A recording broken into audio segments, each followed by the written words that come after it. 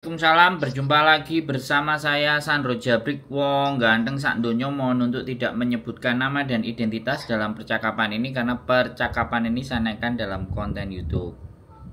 Gimana Mbak E? Aku mau nanya, sampean udah keluar dari Bandung ya? Ya, saya sudah keluar Mbak. Gimana? Boleh minta kontak ke Mbak apa? Gitu yang agent Bandung yang Indo nggak? Sampean silahkan datang ke Bandung aja Mbak. Jadi saya setelah sudah hampir 2 tahunan ini saya nggak bekerja dan saya sudah tidak ada segala sesuatu dengan Bandung. Nanti khawatirnya cuman kan karena konten-konten saya sama mereka tidak mereka hapus, dan saya juga karena dulu saya juga kerja di sana, saya bilang meminta dihapus atau semuanya, mereka tidak. Ya sudah, saya biarkan aja, nggak ada masalah gitu aja. Oke, ya udah, makasih Mas ya. Oke. Yuk. Yuk, Waalaikumsalam. Oke ya, teman-teman semuanya, saya sampaikan ya disclaimer bahwa saya sudah tidak bekerja lagi di agent Bandung Enterprise ya. Jadi dan tapi kenapa masih konten-konten di sana, yaitu kan hak dan kewajiban serta wewenang mereka. Karena saya sekali lagi bekerja di tempat mereka dan dibayar, otomatis kalau mereka tidak ingin menghapus ya nggak ada masalah. Tapi tetap saya sampaikan, siapapun teman-teman yang bertanya kepada saya, ya saya sudah tidak bekerja lagi. Saya hanya bekerja di Bandung Enterprise sekitar 1 tahun saja. Dan memang tugas saya adalah membuat konten. Dan kebetulan talentnya tidak ada yang ada di sana. Akhirnya ya talentnya kita sendiri yang ngerjain, yang edit juga kita sendiri. Jadi sekali lagi mohon dimaafkan apabila ketika teman-teman bertanya, ya tetap akan saya jawab. Saya tidak akan menghindar. Tapi ya, saya memang pernah bekerja di Bandung Enterprise selama 1 tahun. Nah, jadi sebagai kontributor bagian sosial media. Jadi memberikan informasi-informasi, memberikan layanan berupa keterangan bagi teman-teman yang membutuhkan informasi di Bandung Enterprise. Tapi sekali lagi ini sudah hampir 1 tahun, kalau nggak 2 tahun yang lalu saya sudah keluar dan saya sudah tidak bertanggung jawab lagi, dan saya juga sudah tidak ada hubungan dan sangkut paut lagi dengan Bandung Enterprise. Nggak apa-apa, saya sampaikan di sini agar nanti menjadi catatan dan perhatian buat teman-teman, karena pastinya yang nelfon mendapatkan informasi dari Facebook. Karena memang kita ada beberapa juga di konten saya yang di awal-awal itu kita masih mempromosikan agent tersebut, tapi hari-hari ini kita tidak. Hari-hari ini kita free, kita bebas. Kita hanya membantu proses bagi siapa saja. Kebetulan yang punya agent adalah istri saya. Saya hanya membantu saja, membantu teman-teman yang mau berproses ke Hong Kong. Itu pun yang bersedia dibantu, yang tidak ya juga nggak apa-apa. Oke, sambil kita bahas tentang sebuah proses ya. Sekali lagi banyak sekali ya teman-teman yang ada di Indonesia dengan berbagai macam banyak dan kendala dalam berproses. Bahkan ada yang berproses itu karena beda dokumen itu 7 PT selama 1 tahun itu tidak ada yang mau dan bisa menerima. Jadi kenapa gitu? Kenapa kok beda data ini menjadi sebuah polemik ya? Beda data, beda isi dokumen ini menjadi sesuatu yang sangat krusial dan sangat fatal buat teman-teman semuanya. Sedangkan pada prinsipnya adalah teman-teman yang sebenarnya tidak sengaja, teman-teman yang merasa bahwa itu perlakuan PT di masa lalu kepada teman-teman. Nah, ini yang menjadi catatan penting ya kan. Entah dulu umurnya nggak sampai, entah dulu ngerasa bahwa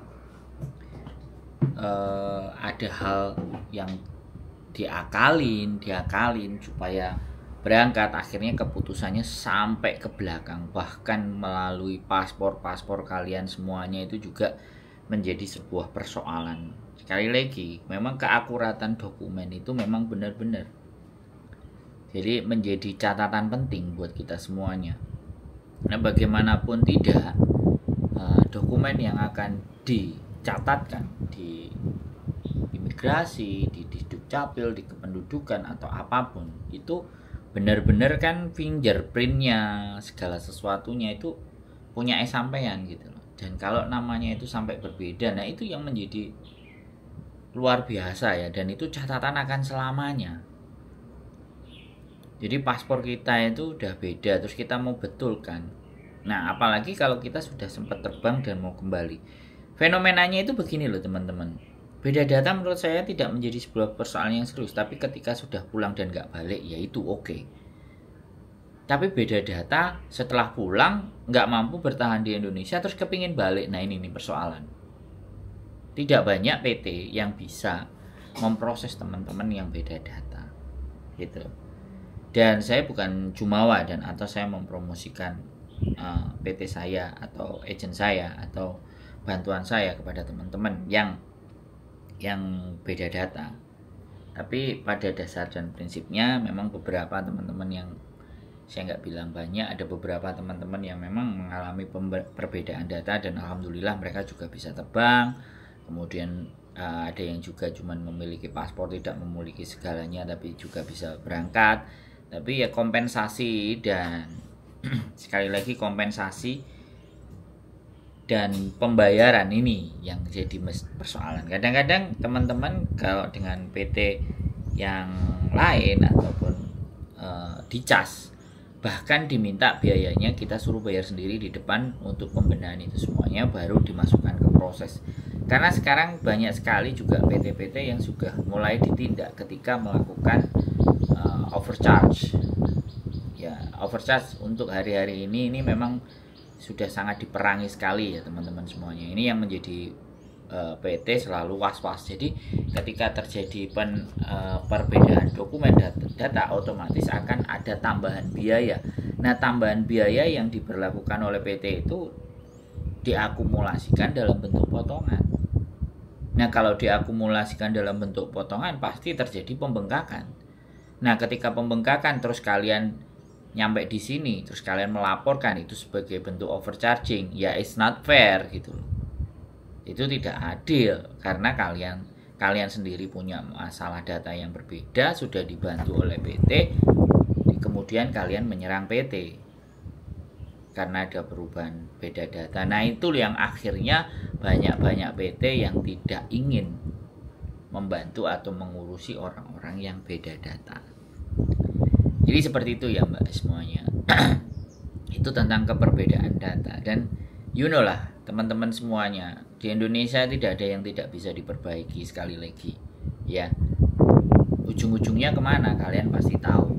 Indonesia ujung-ujungnya kemana. Dan sekali lagi saya juga ingin menyampaikan kepada teman-teman, kalian ke Hong Kong, kalian semuanya ke Taiwan, kalian semuanya ke Singapura, kalian ke Arab, tujuannya kan satu, merubah nasib. Ketika di Indonesia tidak mendapatkan pekerjaan yang layak atau penghidupan yang layak, maka kalian memutuskan untuk keluar negeri karena menganggap ketika di luar negeri itu bisa menghidupi, bisa menjadi jalan keluar untuk perbaikan perekonomian. Nah, prinsip dasar itulah yang sebenarnya kalau kita boleh berbicara secara kasar, negara kita tidak sanggup dan tidak mampu membuat perubahan di negara kita. Jadi ini sebuah fenomena yang nggak ada habisnya menurut saya. Jadi sekali lagi kita bukan mau menyalahkan pemerintah ya, tapi kondisi dan keadaan. Kita berjuang sekuat tenaga itu kalau di negara kita itu effortnya luar biasa. Kemarin ada yang sempat cerita buruh tandur ya. Buruh tandur itu dia bantu orang pemilik sawah itu untuk menanam benihnya padi ya. Seharian itu cuma dapat 50.000 guys. Kepalanya sudah pusing seharian bungkuk. di sawah 50.000. Jadi tidak berlaku siapa yang bekerja keras di Indonesia itu bisa jadi kaya. Enggak seperti itu juga.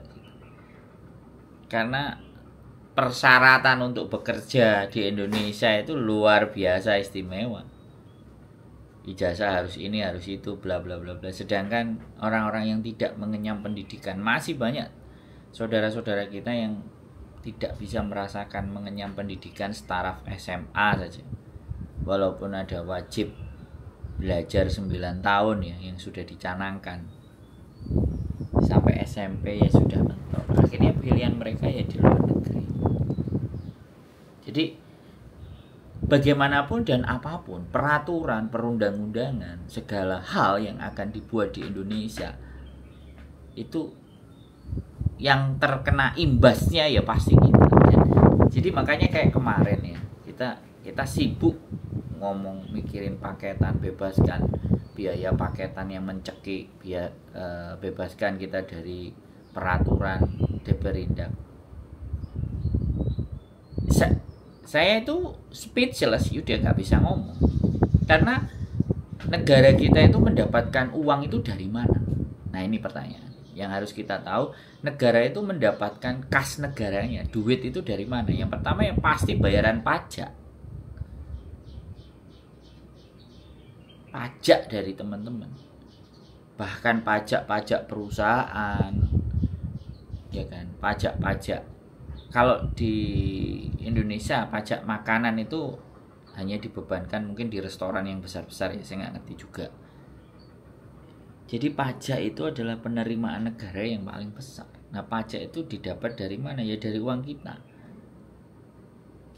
Pajak bumi dan bangunan, ya kan? Pajak penghasilan PPN yang penghasilannya melebihi berapa dan berapa harus dilaporkan, ya kan?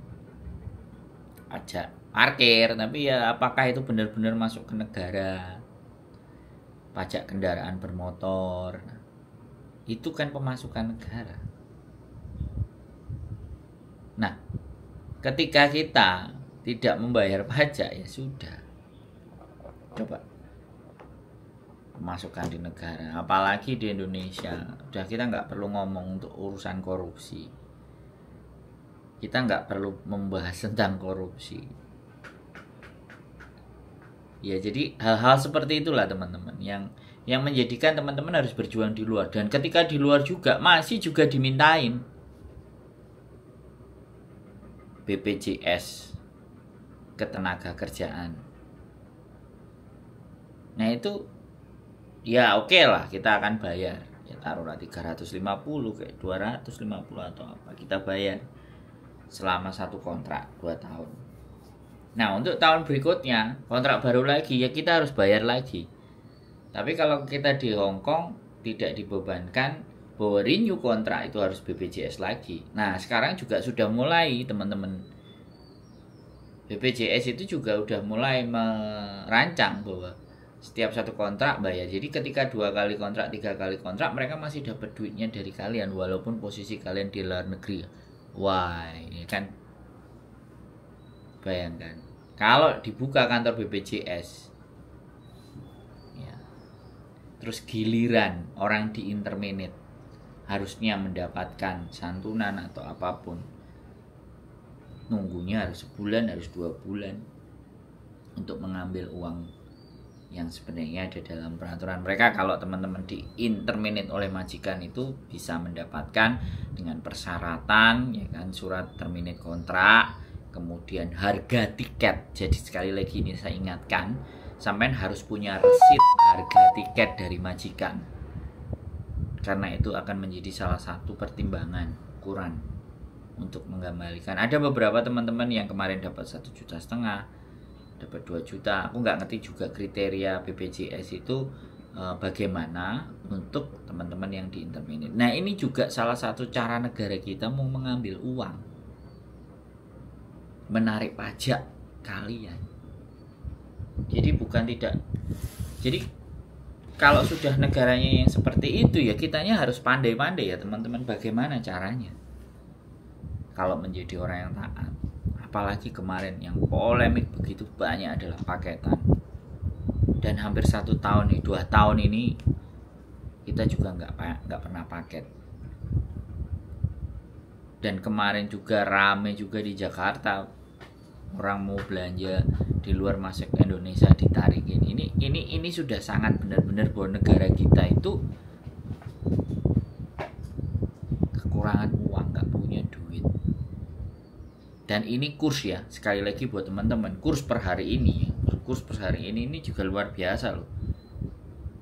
Nah, kurs per hari ini nih teman-teman, kalau kita cek itu gila, 2070 sudah tembus angka 2000 lebih. Ini berarti perekonomian Indonesia ini saya nggak ngerti, melemah, rupiah itu melemah. Makanya ini yang lagi di luar negeri ini lagi panen, ya kan, lagi panen yang di luar negeri.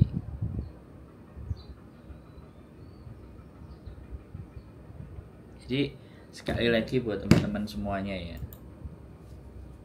pandai-pandailah kita itu dalam membawa diri, memahami situasi dan melihat keadaan, ya kan. Boleh kalau kita fokus cari uang, tapi kita juga pengetahuan umumnya juga sedikit-sedikit harus dipikir gitu. Kalau ya, tapi nggak nyalain juga kalau di keluarga aja masih susah, masih harus dipikirin, boro-boro mikirin pengetahuan umum, boro-boro mikir aturan-aturan negara, mikir anak sekolah aja bingung, bagi duitnya, tiga-tiganya kuliah, dua-duanya kuliah, ibunya yang di sini apa nggak sempoyongan, mikirin usaha pasangannya yang di Indonesia, bagaimana nambah modalnya. Nah, serba pelik. Makanya kita tidak harus menuntut ya. Saya tidak harus menuntut kalian untuk belajar, tapi setidaknya kita memahami keadaan negara kita seperti apa. Ya kalau memang peraturan ekspor impor masuknya barang yang terlalu detail, ya nggak usah dimasukin barang, kasih uang secukupnya saja. Dan teruslah belajar ya teman-teman. Sekali lagi, banyak berita kembali lagi bahwa mereka udah dari Hong Kong pulang lagi ke Indonesia setahun 2 tahun, di Indonesia 5 tahun, di Indonesia 4 tahun, ingin balik lagi ke Hong Kong karena menganggap bahwa perekonomian semakin susah gitu. Saya terus terang juga diceritain bahwa jualan pentol 1 hari aja dapat 30.000, apalagi kalau sudah hujan, penghasilannya semakin menurun. Dan tidak mungkin juga di usia yang lanjut kita jualan pentol terus keliling sambil hujan-hujan, impossible juga. Saya pernah ditelepon ya teman-teman yang minta dibantu proses. Jadi jualan pentol kalau lagi rame enak ya dapat 100.000. Jualan pentol di sekolah, kadang keliling di desa. Aduh, kadang saya nggak bisa bayangin ini buat teman-teman semuanya. Dan itulah empati ya, sekali lagi rasa ya kan. Akhirnya ya memohon-mohon untuk dibantu proses, ya udah proses. Alhamdulillah ya sudah di Hong Kong, sudah bekerja. Yang nggak tahu ini nasibnya sama majikannya seperti apa. Saya tugasnya hanya bisa membantu sampai di Hong Kong. Selama nggak telepon lagi, nggak ngabari lagi, nggak kasih info lagi, saya menganggap kalian semuanya baik-baik saja. Jadi seperti itu ya teman-teman. Sekali lagi sudah, negara kita itu sudah sangat wow. Makanya kadang-kadang saya campaign ya untuk ayo yang masih SMP, SMA, sekarang juga ada beasiswa ke Korea, beasiswa ke SMP, satu distrik yang memberikan beasiswa. Kemarin sempat saya membaca berita ada satu distrik di Korea untuk membiayai sekolah yang dari luar karena memang sangat minimnya sumber daya manusia dan mereka tidak mau diam, mereka harus berjuang untuk membangun negaranya. Pakai energinya siapa, tenaganya siapa, SDM-nya siapa, ya Indonesia. Boleh. Makanya cari informasi sedetail yang benar. Kalau bisa jangan pakai bayar ya teman-teman. Sekali lagi, kalau berbayar pikirkan baik-baik, timbang bolak-balik kiri kanan atas bawah. Kalau mengatasnamakan beasiswa ataupun mengatasnamakan pekerjaan dan harus berbayar sekian-sekian, itu benar-benar cross check, perhatikan ya. Jangan asal percaya, berbahaya. Mungkin itu saja ini konten dari saya, nanti kita bahas daripada melebar kemana-mana. Yang penting tetap semangat, keep stay tune my YouTube channel, and see you next video, bye bye.